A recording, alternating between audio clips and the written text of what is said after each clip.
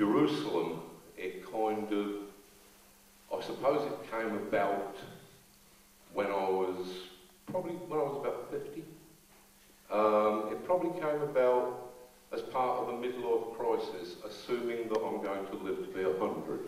You have to start thinking about things like life and death. Not that I hadn't thought about them before, but it tends to sharpen the perception a little bit.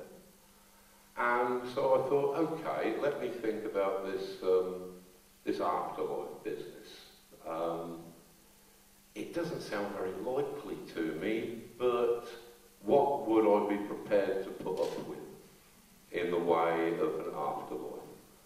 And I thought, well, heaven, all that marble gilt work, sounds a bit middle class. I would prefer something that was, I don't know, carpeted and had skirting boards, things like that.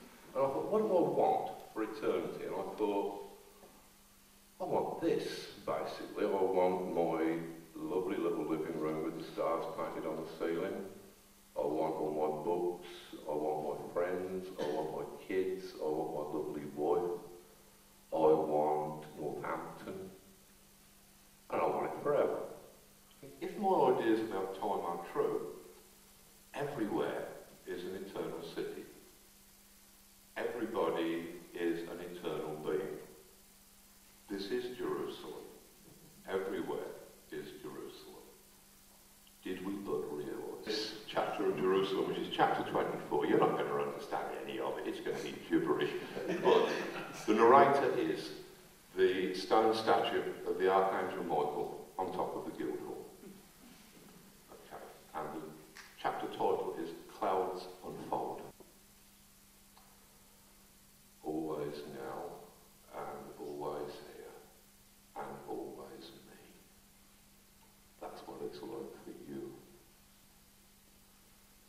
Now, always, and here, always, and me, always. This is what it's like for me. Now, here, me. Now, always, even when it's then. Here, always, even when it's there. Me, always, even when I'm you. Even when I'm in hell and am I fallen. When am I 1,000 fiends? They fold up into you. You fold up into us. We fold up into him. This will be very hard for you. Above space, over history hovering, genocide and utopia in the downdraft.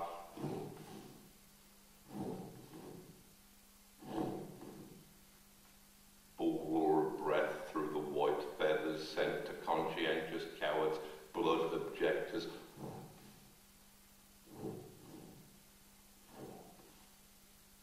Seeing and being everything, never detached and never distant, pitying you and admiring you, endlessly angry, endlessly in love. Auschwitz and Rembrandt in the upbeat. Warmth. Warmth. Warmth. The view from here is fierce. The view from here is final. From above, the world is a stupendous flayed anatomy. Motionless on its slab of stars, it does not move or change or grow, save for the way it is expressed in the concealed direction. Burning gas and vaporized ore spinning into molten balls, the magma crusting over with a thin black rind of elements, and in the heat and poison there is life here, even now. Microbial seethings in the cyanide drifts, hydrochloric puddles. Reading Cosmos left to right, from bang to crunch, from germ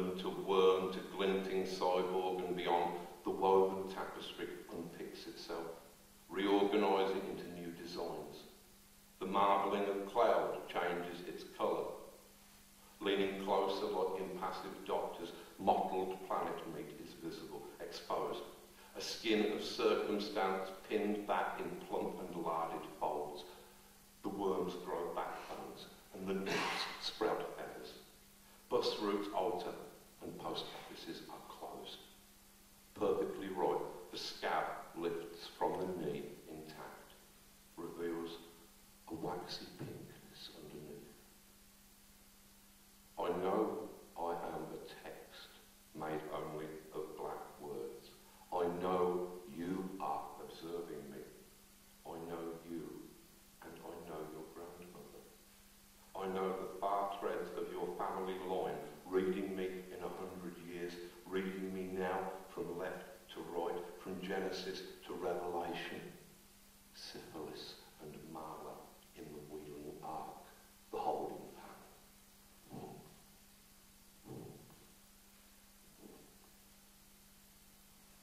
In my beginnings, am I a black word against the blinding white? Am I a meaning, staining the ineffable? All my identity is in this quadrant crease, this angle, wherein am I folded down from singularity with my three brothers.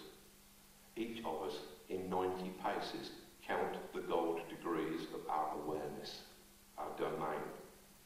Each of us has his corner, has his pocket.